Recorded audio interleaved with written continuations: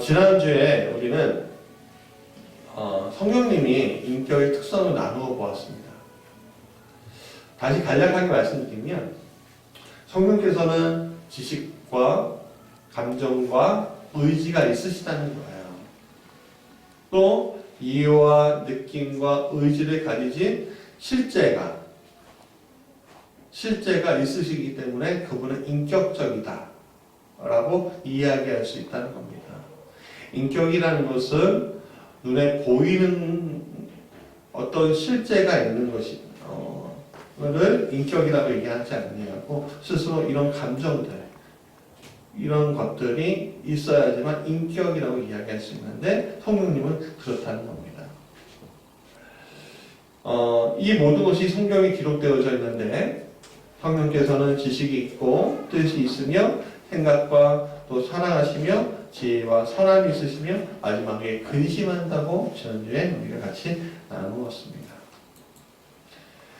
이번 주일에는 인격적인 분이신 성령님께서 행동과 그분의 사역들에 대해서 좀 같이 나눠보자 합니다. 인격자만이 행할 수 있는 것들을, 여러 행동들을 우리 성령께서는 할 수 있는데요. 자, 첫 번째 같이 읽어볼까요? 시작. 성령님은 우리에게 계시해 주십니다. 자, 우리 고린도전서 2장 10절 다시 한번 읽어볼까요? 시작. 하나님께서는 성령을 통하여 이런 의지를 우리에게 계시해 주셨습니다. 성령은 모든 것을 살피시니 곧 하나님의 깊은 경륜을 가지고 살피십니다. 자, 이 말씀은 하나님의 깊은 경륜에 대해서 친히 발견하신 것을 우리에게 계시, 즉 알려주신다라는 겁니다. 알려준다는 거예요. 성령님 다른 두 위격이신 성부와 성자의 깊은 사랑에 의한 일들에 대해서 대신 전해주는 역사를 하십니다. 예를 한번 들어볼게요. 저희 아버지 때, 저희 때도 조금 그런 경향이 있었지만, 저희 아버지 때는요, 아버지 세대는요, 가부장적인 세대였기 때문에 아버지가 자녀들에 대해서 이러쿵저러쿵 많은 말들을 하지 않았습니다. 그냥 중심에 서 있고, 때로는 쇠초를 들고서 훈계하는 자리에 서 있는 것이 아버지 사이였어요. 그러니까 많은 말을 하면 안 되는 자리였죠. 요즘에 우리 아내가 저에게 목사님 말 많이 하면 안 돼요. 많이 하면 안 돼요. 이렇게 얘기해요. 마찬가지예요. 그랬어요. 근데 깊은 사랑을 가지고 사랑의 매를 들어서 아이들이, 내 자녀들이 버릇없이 크는 거에 대해서 방지하고자 회초리를 들어서 자녀들을 훈계하는 거. 그게 예전에 아버지의 모습이었습니다. 아버지 상이었어요. 그게. 근데 그에 반해서 어머니는요, 아버지의 뜻을 자녀에게 전해주었어요. 전해주는 역할이었어요. 아버지가 자녀에게 무엇을 원하고 계시는지 자녀가 그것을 잘 알 수 있을까요? 세밀하게?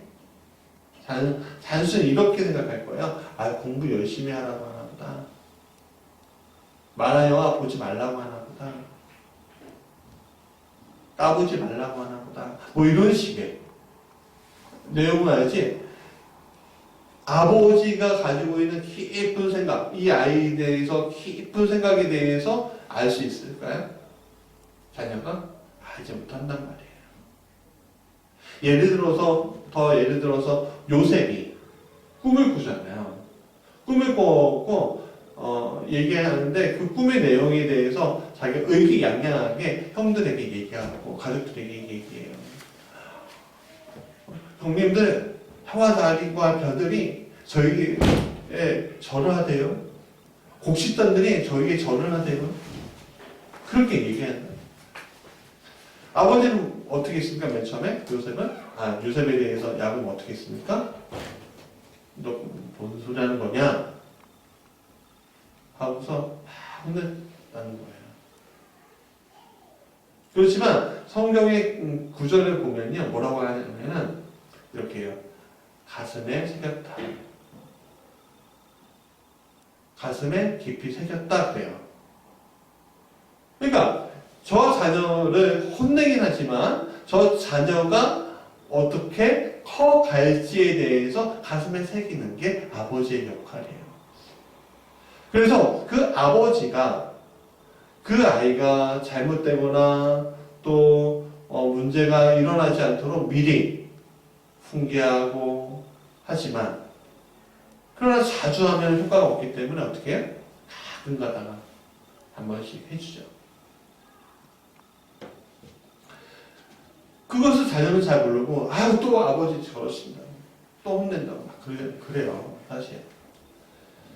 그러나 자녀는 아버지의 뜻을 잘 알지 못하지만 수십 년을 같이 살아온 어머니는 그 아버지의 뜻을 알까요? 모를까요? 알아요. 왜? 그 자녀에 대한 같은 감정을 가지고 있기 때문에 그래요. 여러분, 성령의 역할이 그런 역할이라는 거예요. 그것을 우리는 다른 말로 성령께서 아버지의 뜻을 알려주는 것. 그것을 다른 말로 우리는 계시라고 하는 거예요. 계시. 따라해볼까? 계시. 계시라는 거예요. 오늘 우리가 하나님 아버지의 우주적이고 깊은 경륜에 대해서 알 수 있을까요? 알지 못해요. 왜 알지 못하죠? 우리는 미래를 예측할 수가 없기 때문에 그런 거예요. 여러분, 우리가 미래를 만약에 예측하는 능력이 있다면 우리는요, 불안해하고 두려워하고 걱정하지 않을 거예요. 왜? 그 미래에 대해서 미리미리 대처하려고 하기 때문에. 근데 우리는 알지 못해요. 알지 못하니까 우리가 미리 어떻게 해요? 보험도 들어놓고 저축도 하고 그러는 거잖아요. 또 우리 자녀가 어떤 재능이 있는지 알아야 몰라요. 그거 있기 때문에 잘 몰라요. 이 아이가 최종적으로 어떤 역할을 하면 이 사회에 역할을 할지 알아야 몰라요. 모른단 말이에요. 그렇기 때문에 여러 가지를 가르쳐 보는 거예요. 음악도 가르쳐 보고, 피아노, 미술도 가르쳐 보고, 공부 쪽에 좀 관심 있나? 공부도 가르쳐 보고, 영어도 해보고, 운동도 해보고.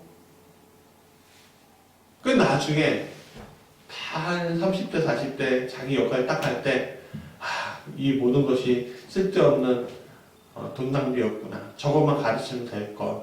이런 생각을 해요, 우리가?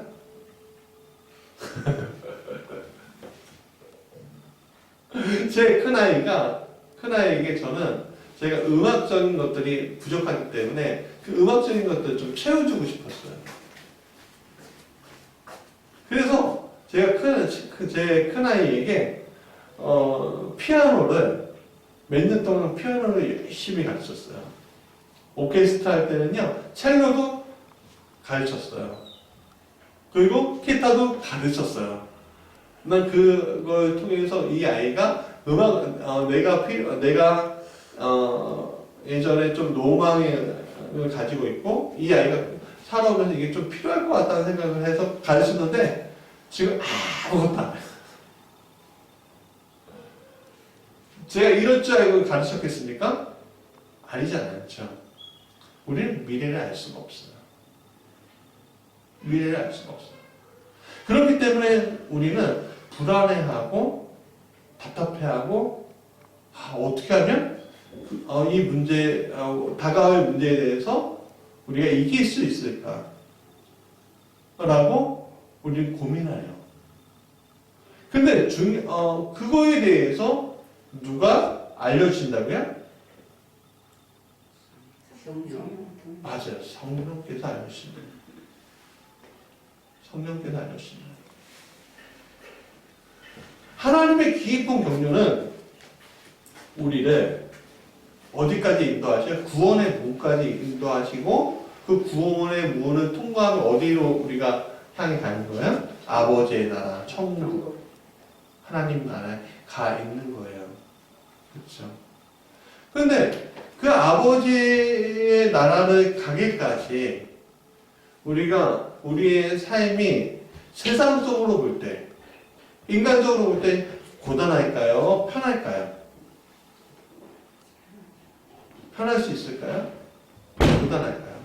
내가 인간적인 감정, 인간적인 생각, 인간적인 것들을 나 중심으로 살아갈 때는요, 그거는요, 고비와 고비예요.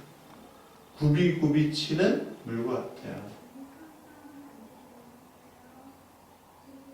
구원의 문은 열렸는데 살아가는 게 너무 힘든 거예요. 거기까지 가는 게 잘 모르겠는 거예요. 그것은 누가 가르쳐주세요? 성령님께서 가르쳐주시는 거예요. 왜 이 문제가 일어나고 왜 이것들이 우리에게 펼쳐지는지 우리는 알 수가 없어요. 그렇지 않습니까? 근데 나중에는 알게 돼요. 참 놀라운 거죠. 참 놀라운 거예요. 그런데 그거에 대해서 내가 잘 모르니까 누구의 이야기에 들어가야 돼요? 하나님의 깊은 경륜을 내가 알지 못하니까 성령님께서 알려주신 것들을 우리가 틀어놓지 않아야 된다는 거예요. 들을 줄 알아야 되는 거예요. 아버지가 오실 거야. 아버지가 오실 거야. 아들아, 아버지 오시니까 빨리 공부의 자리로 가야 해. 막 이렇게 엄마가 얘기하는데 아들이 막 아니야, 나는 공부하지 않을 거야. 아버지가 오실 때 그때 맞춰서 할 거야. 막 그러면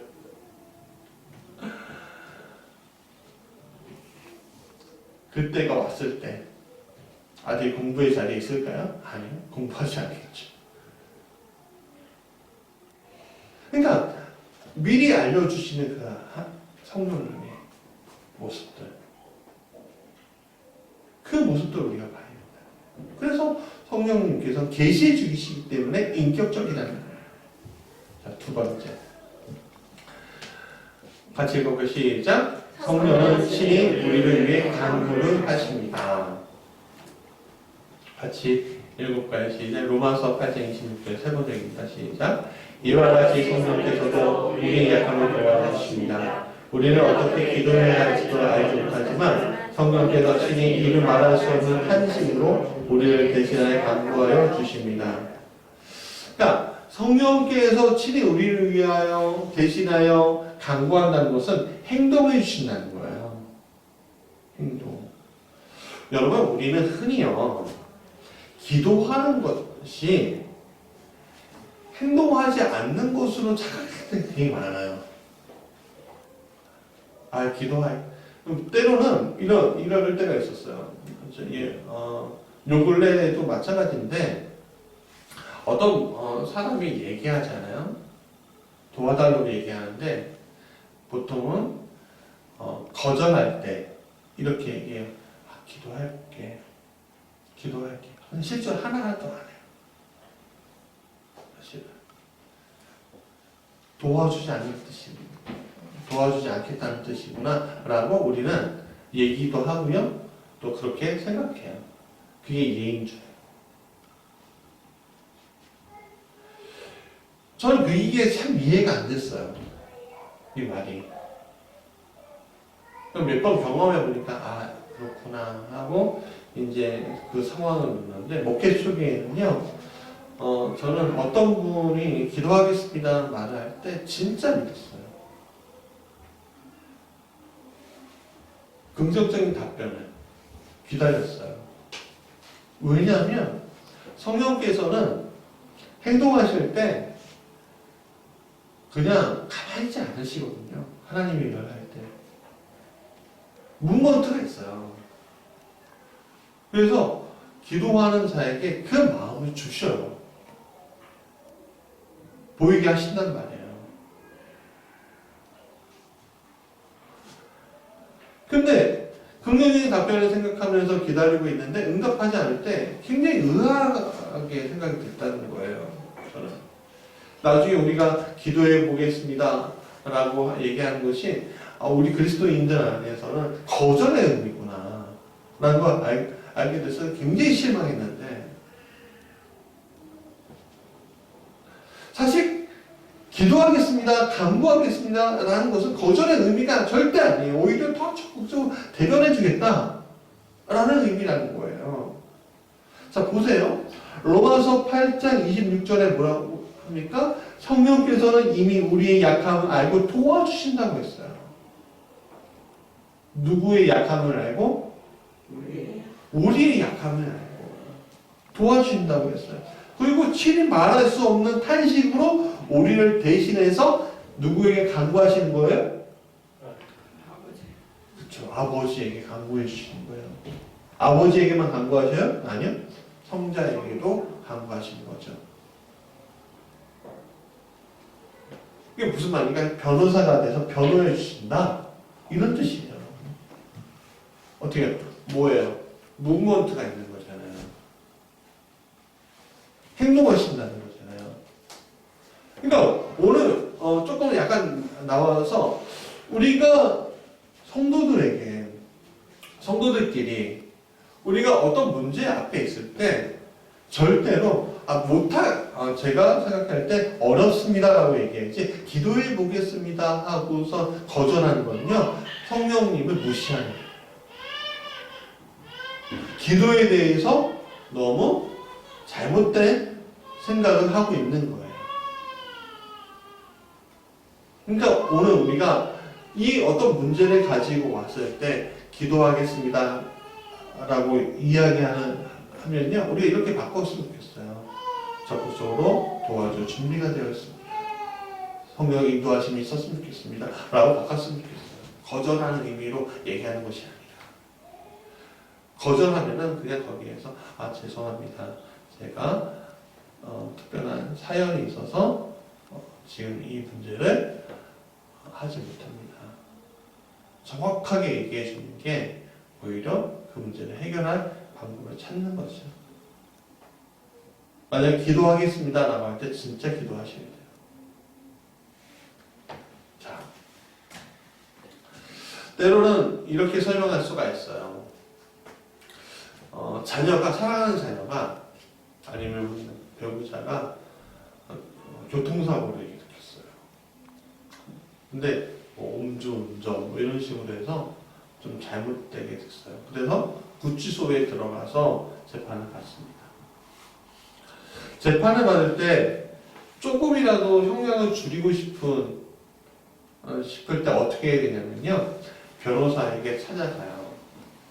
변호사에게 부탁을 합니다. 그 변호사가 두 가지 방법을 가르쳐줘요. 첫 번째는 반성문을 제출해요. 두 번째는 탄원서를 제출하라고 해요. 그러면 어떻게 합니까? 여러분, 탄원서에 이게 서명받는 거요, 쉬울 줄 아는데 쉽지 않아요, 생각보다. 여기저기 사람들에게 백방으로 뛰어다녀야 합니다. 그래야지 100장 정도, 200장 정도 만들어 판사에게 낼 때, 판사는 이렇게 얘기해요. 정상을 참작하여 판결을 내립니다. 반성하는 기미가 보이므로 판결을 내립니다. 즉, 기도한다는 것은 변화하는 것이고, 탄원서를 내기 위해서 이것저것 뛰어다니면 만드는 것 같은 행동을 유발한다는 거예요. 그러니까 성령께서는 우리 변호사시고 대변해 주셔서 우리와 같이 계속 이것저것을 같이 뛰어다녀 주시는 거예요. 저 아이가 넘어지지 않게, 내 자녀가 실망하지 않게 하기 위해서, 좌절할까봐 계속 뛰어다녀 주시는 거예요. 아버지께 간구하죠. 아버지, 제가 저렇게 연약합니까? 그러나 구원의 문을 절대 닫아주지 마십시오. 내 자녀가 정말로 재판정에 딱 설 때 저는요, 돌리면서 제발 좀 불쌍히 여겨달라고 그럴 거예요. 이번에 SNS 텔레그램 이제 성착취 동영상 때문에 난리가 났었잖아요. 근데 이 조주빈인가요? 이 친구, 이 사람의 아버지가요, 굉장히 비난을 당했어요. 왜냐하면 탄원서에 재판장님, 제발 좀 용서해달라고, 이 아이가 어렸을 때 이런 아이가 아니었는데, 이렇게 됐습니다. 제발 좀 불쌍히 여겨달라고, 불쌍히 여겨달라고 막 썼다는 거예요. 우리는 그것을 보면서, 하지만 아버지의 입장에서는 그렇지 않다는 거죠. 그러니까 성령님이 지금 우리를 계속 그렇게 대변해 주시고 있는 거예요. 그런데 그걸 느끼십니까? 저는 느껴요. 왜냐하면 이게 될 것 같지 않은데 이 일들이 되는 경우들을 굉장히 많이 봐요. 주님 이게 가능하겠어요? 이게 필요한데. 근데 주님이 친히 움직여주시는 무브먼트를 통해서 그 문제에 대해서 강구해 주심으로 해결되는 일들을 볼 때, 우리는 어떻게 감탄하죠? 우리가 죄 속에 있는 우리는 뭐라고 하냐면, 이번에 잘 됐네 하고 끝나지만, 은혜 속에 있는 우리는 하나님이 하셨네 라고 깨닫게 된다는 거죠. 자, 세 번째, 같이 읽어볼까요? 시작. 성령은 가르치시는 분이시다. 자, 요한복음 14장 26절 같이 읽어보겠습니다. 시작. 보혜사 곧 아버지께서 내 이름으로 보내신 성령이 그가 너희에게 모든 것을 가르치시고 내가 너희에게 말한 모든 것을 생각나게 하리라. 자, 요한복음 16장 12절부터 14절 같이 읽어보겠습니다. 내가 아직도 너희에게 이런 것이 아니라 지금은 너희가 감당하지 못한다. 그러나 진리의 성령이 오시면 그가 너희를 모든 진리 가운데 인도하시니 그가 스스로 말하지 않고 오직 듣는 것을 말하며 장래의 일을 너희에게 알리시리라. 그가 내 영광을 나타내니 내 것을 가지고 너희에게 알리시겠습니다. 자, 여러분, 여기 이 두 구절에서 공통점이 있어요. 뭐냐면 가르치다, 알린다 라는 거예요. 이게 뭐냐면 성령님은 교사로서의 모습으로 우리에게 가르치고 알리신다는 거예요. 여러분, 교사의 역할이 뭐지요? 상대방, 자녀들, 아이들, 이런 상대방을 무지와 무식에서 벗어나게 만들어주는 게 교사의 역할이에요. 그럼 무지와 무식은 사전적으로 동일한 의미입니다. 근데 우리는 조금 다르게 써요. 무식은 생각하는 능력이 부족한 의미고요. 무지는 원래부터 배우지 못해 아는 것이 없다라는 뜻으로 우리가 써요. 교사는 이러한 생각하는 능력과 배워야 할 것들에 대해서 알려주는 역할을 하죠. 우리가 성경에 대해서 잘 아는 것처럼 생각하지만 사실은 성령께서 가르쳐주지 않으시면 성경에 대해서 제대로 알지 못하는 경우는 다반사입니다. 하나님의 깊은 경륜을 깨닫지 못하고요. 그저 겉에 나온 이야기만 다 있냐 생각하는 경우들이 굉장히 많다는 거예요. 예를 들어볼까요? 여러분, 안티 기독교인들이 왜 성경을 많이 인용합니다. 교회를 비판할 때. 근데 보통 어떻게 택하냐면요. 보면은 구약 속에 나타난 하나님, 가나안 민족을 몰살시키는 하나님, 그런 하나님이 진짜 하나님이냐, 뭐 이런 식으로 얘기해요. 그래서 구약 속에 나타난 하나님과 신약 속에 나타난 하나님을 혼동하고 동일하게 보지 못한 채 잘못 이해하고 비난하는 근거로 삼아요. 여러분 오늘 우리가 똑같은 텍스트라고 다르게 얘기하는 경우도 굉장히 많잖아요. 그렇죠? 예를 들어 배 뭐예요? 타는 배, 인간의 몸에 있는 배, 두 배할 때 배. 또 뭐가 있어요? 먹는 배. 다 다른단 말이야. 똑같은 언어. 또 똑같은 상황이라도 저 사람이 보는 것과 이 사람이 보는 건 달라요. 제가 저번에 말씀드렸어요. 똑같은 상황이라도 기도하는 사람에게 이 상황이 해결되는 거예요? 기도의 응답이라고 했어요. 그렇죠? 그러나 똑같은 상황이라도 그리스도를 믿지 않는 사람의 이 문제를 해결하면 어떻게 돼요? 행운 이런 거 부른다고 했잖아요. 목회자들이 성경을 통해 말씀을 조명할 때 하나님의 깊은 경륜에 대해서 알고 싶을 때 우리는 우리 스스로 그 깊은 경륜을 찾아가지 못합니다. 오직 성령님만이 깨닫게 해주셔요.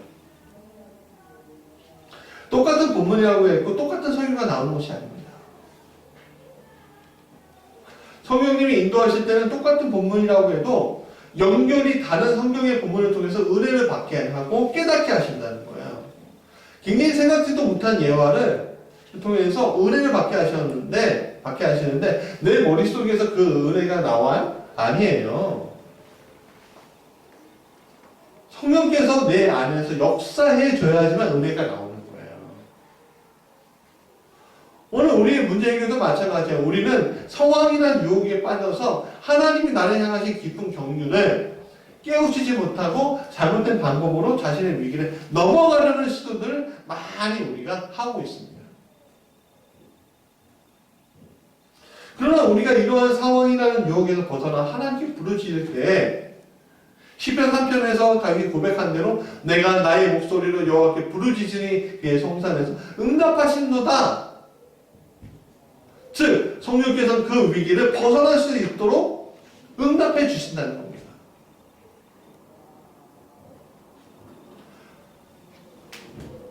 근데 그 응답이 A라는 사람에게는 B라는 사람에게는 C를 각기 다 달라요. 왜? 그 사람의 상황에 맞게끔 성령을 인도해 주시기 때문에 그래요. 그러니까 가르치고 깨닫는 것도 마찬가지라는 거예요. 여러분 우리가 진리에 대해서 깨달을 때 사실에 대해서 팩트에 대해서 깨달을 때 얼마나 행복한지 몰라요. 많은 사람들이요 똑같은 사실인데도 깨닫는 사람이 있고 깨닫지 못하는 사람들이 있습니다.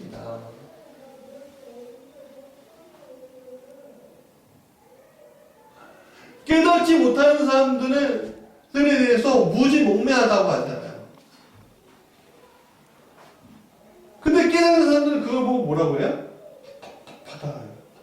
아우 저 사람 왜 이렇게 답답해. 그렇지 않습니까?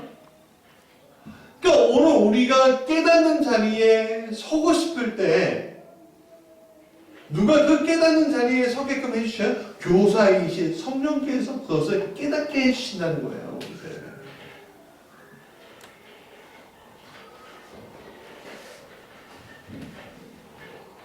자, 그러면 오늘 우리가 이런 인격적인 성령님을 우리가 받아들이고 믿는다면 우리에게 어떤 일들이 일어날 수 있을까요? 바로 성령님과의 동행을 알게 되는 순간이 와요. 잘 생각해 보세요. 여러분들이 그리스도를 받아들이고 나서 성령이 오셨어요, 이미. 그렇죠? 그러면 성령이 딱 오는 순간에 어떤 일이 일어나요? 동행하시는 것을 느껴지게 돼요.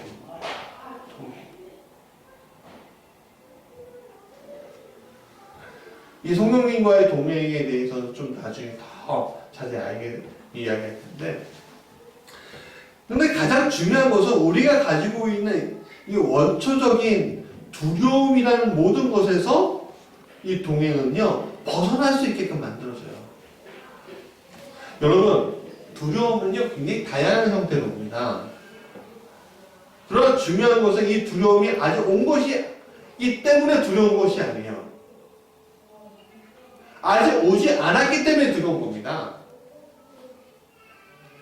두려움은 내가 연약하기에 견뎌내기 어렵기 때문에 일어나는 것이 바로 두려움이에요. 연약하면 두려움은 일으키죠. 근데 그 연약함은 누구에게나 다 있다는 거예요. 나는 이것을 쉽게 해결할 수 있어 라고 자신만만하게 이야기하는 사람들도 연약한 것들이 많아요. 아무리 강해 보이는 사람이라도 그 내면은 또 다른 이름의 연약함으로 가득 차 있어요. 그러니까 사람들이 공황장애 생기고 불면증이 생기고 고독감이 생기고 때로는 상한 마음으로 살아가잖아요. 사람들이.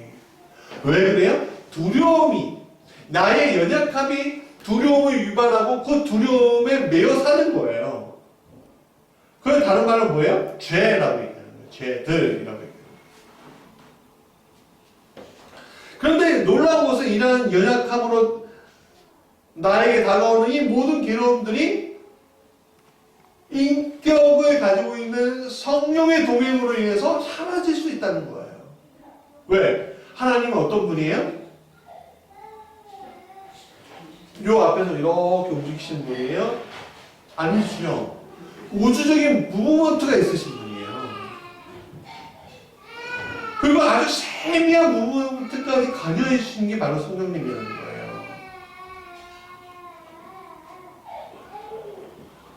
성령님이 이 모든 연약함에 대해서 제대로 대처할 수 있게끔 계시해 주시고 강구해 주시며 가르쳐 주시는 거예요. 제 얘기를 좀 하죠. 요 근래 저 하나님이 저에게 귀한 일을 맡겨주셨습니다. 우연한 기회에 중고승합차를 미자리 교회에 연계하는 일을 하게 되고 그게 1호차, 2호차, 3호차 이렇게 하게 되고 이걸로 내가 비숍과 선교회라는 걸 만들어 놓고 섬겨야 되겠다라는 생각을 하게 되는데 사실 제 마음 가운데는 한 두려움이 있어요.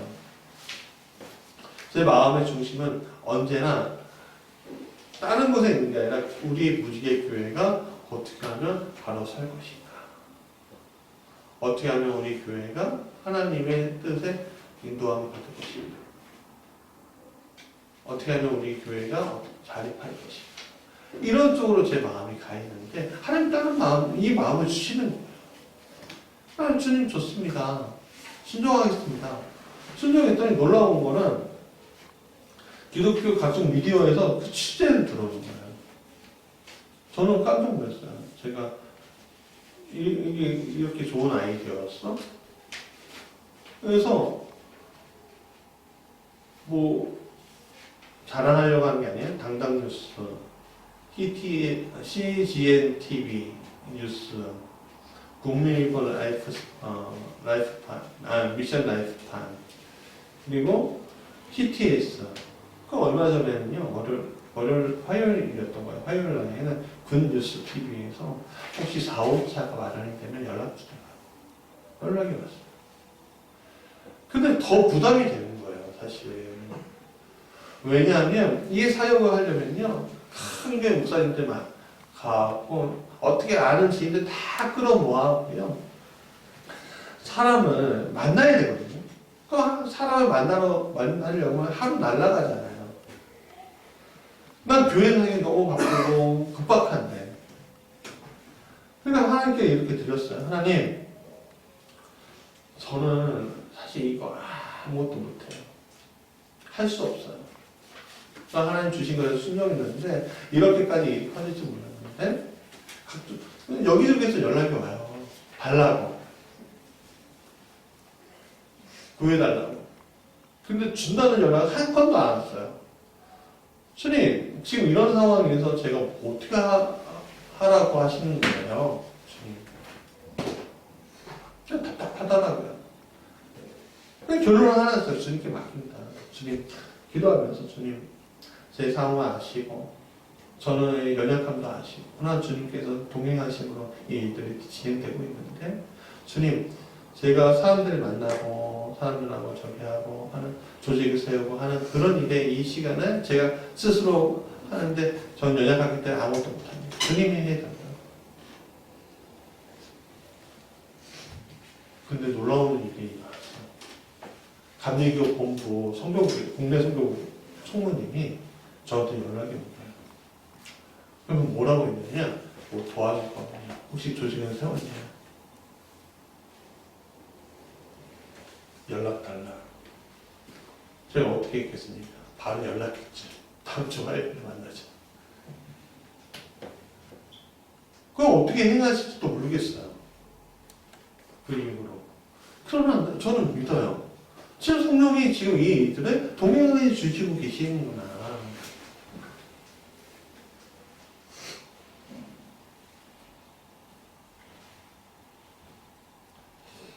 자, 결론입니다.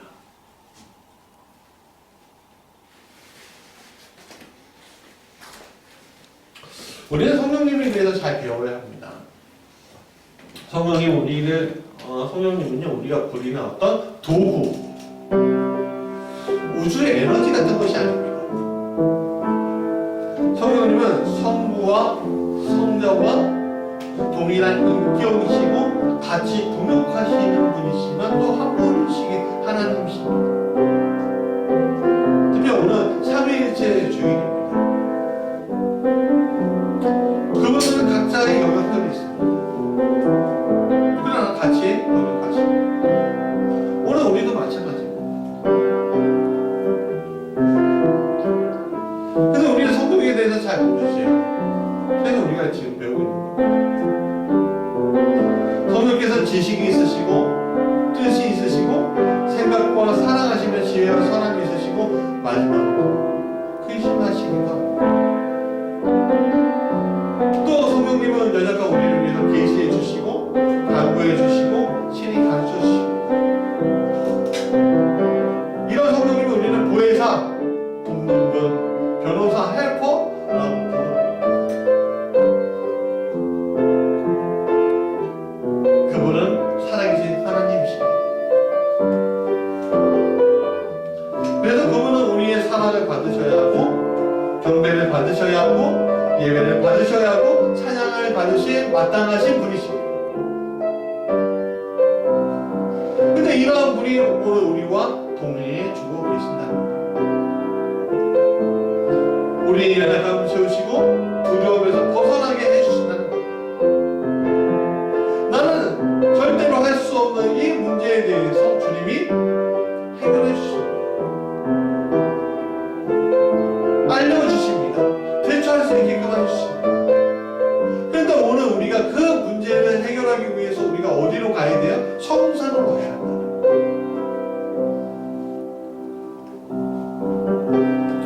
성령님과 동행은 어디서나 할 수 있습니다. 그러나 성령님의 마음을 알려면 성경에 가야 하고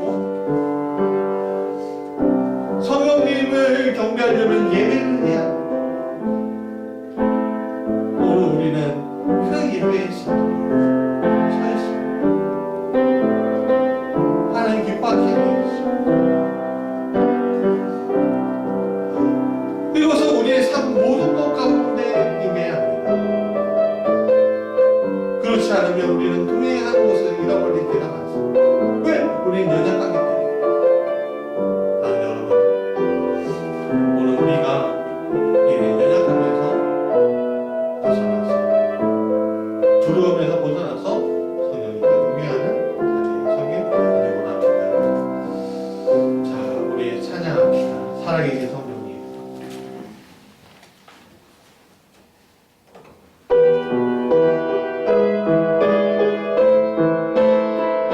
모두 일어나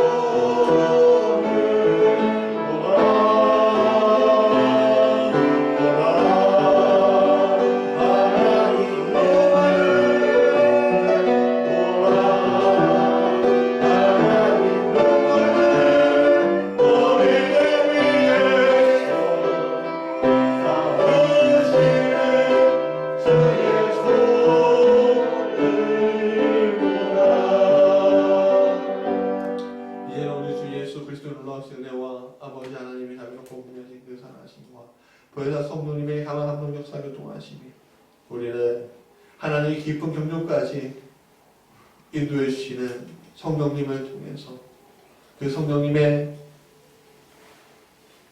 놀라운 계시와